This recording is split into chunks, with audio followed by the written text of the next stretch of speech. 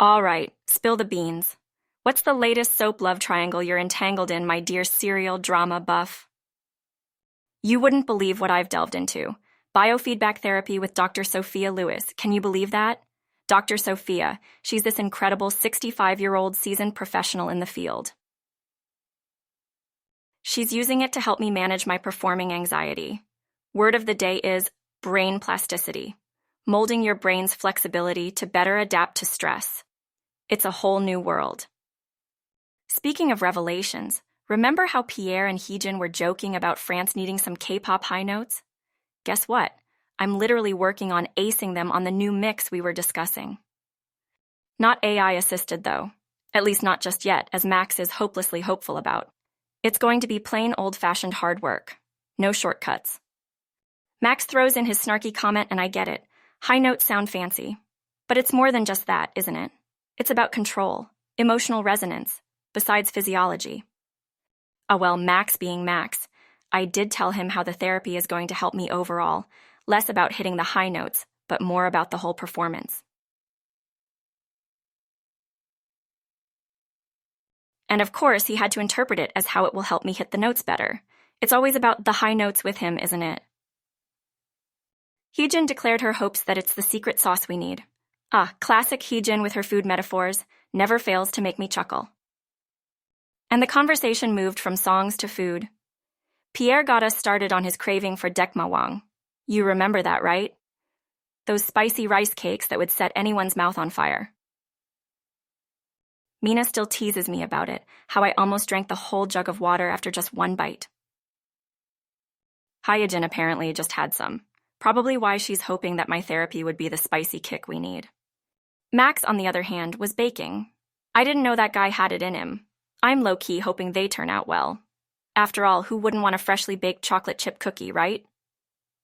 And as expected, Hyojin went off course with a totally random thought. You know, the usual shower thought kinds. She tossed out the funniest question, asking if cats understand their reflections. Made me wonder, are they acknowledging their own existence, or is it like another cat in there? Perhaps we'd get into a philosophical debate if we had a cat around that could talk. Pierre avoided the catference, as he had to practice piano, while Max couldn't help thinking about his cookies. Good old Max, never quite escaping the allure of food. I'll tell you more cat stories from our little chat group next time. Till then, keep guessing where our convoluted conversations might end up. Continuing from where we left off in our little chat group saga, Pierre suggests I try singing in Swedish as part of my language exchange program. Well, isn't that a daunting thought? However, it's just the kind of exciting challenge that makes life spicier.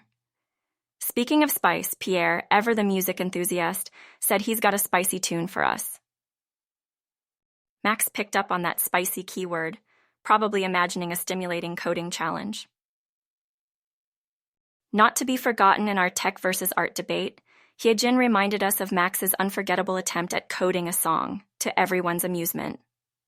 Trust Max to equate rhythm and algorithms and consider it music to his ears. Now, switching gears a bit, something really fascinating happened to me today. I had my first language exchange session with a lady called Sophia Eriksson. She's a language immersion partner helping me improve my Swedish language proficiency. The idea is simple and yet so effective. We spend time talking only in Swedish. Just like diving into the deep end of the pool to learn swimming. Except here, it's a pool of Swedish vowels and consonants. And here's a funny anecdote. At the beginning of our session, when I had a rendezvous with those notoriously difficult Swedish vowels, I couldn't help but slip back into French. But Sophia was patient and gently guided me back on track. So I'm really looking forward to our next session. Who knows, maybe you'll hear me bursting into the chorus of an ABBA anthem in Swedish in our next jamming session. Wouldn't that be a hoot? Now let's not get too far ahead. Swedish is still a labyrinth for me. I just hope I don't start dreaming in Swedish and wake up even more bewildered. Max is already cracking jokes about us switching from bonjour to hedge. Can you picture our practice sessions echoing with ABBA hits but in pure Swedish? Now back to Pierre's spicy tune. I'm wondering how spicy music sounds. We'll probably need some delectable French pastries to balance out the spice in our practice sessions. Okay, that's enough of my chattering for today. So, right. You remember the uniquely aromatic blend of freshly baked macarons and crispy madeleines I promised for our road trip? Guess what? I just whipped up a batch and the kitchen smells divine, like a cozy Parisian cafe. They're ready to be devoured as soon as we hit the road. Meanwhile, in our equally fragrant chat haven, Max asked for a classic French film recommendation. And Amélie won the vote. A brilliantly crafted film with all the quaint nuances of French culture. Now that's a movie night I'd love to join. Speaking of enriching experiences, today, I found myself immersed in some introspection while reminiscing about my decision to become a K-pop trainee. It wasn't just a shift in geography or the challenge of a new language, it was about stepping into a world that was intense, rewarding, and terrifying all at the same time. It's funny how this decision seemed rash and unquestionably formidable at first, but it was a choice that felt as inevitable as the sunrise. Just like that final plie in a dance routine, where you pour out all your energy, all your essence into that one move, this decision of moving into K-pop invaluable. If art helps us articulate the unspoken, music lets us dance through life's highs and lows, doesn't it? And I chose to move to its rhythm, to its heart-thumping, breathtaking beat. My dance practices, vocal sessions, or language lessons aren't mere routines now. They're the stepping stones to my artistic dream. Every time I perform, a part of me lights up. A part that continues to hunger for more melodies to sing, more dances to master, more challenges to overcome. It reminds me of a Korean saying my mom used to tell me, millions of worries stop at the sight of a bright smile.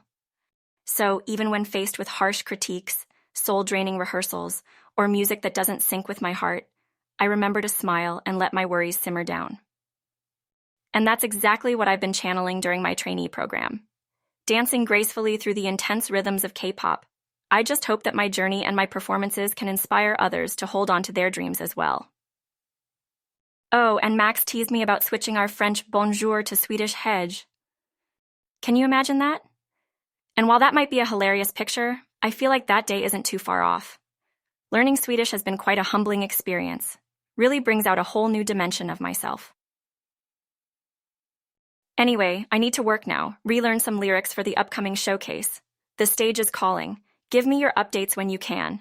And remember, you are my sunshine on a cloudy day.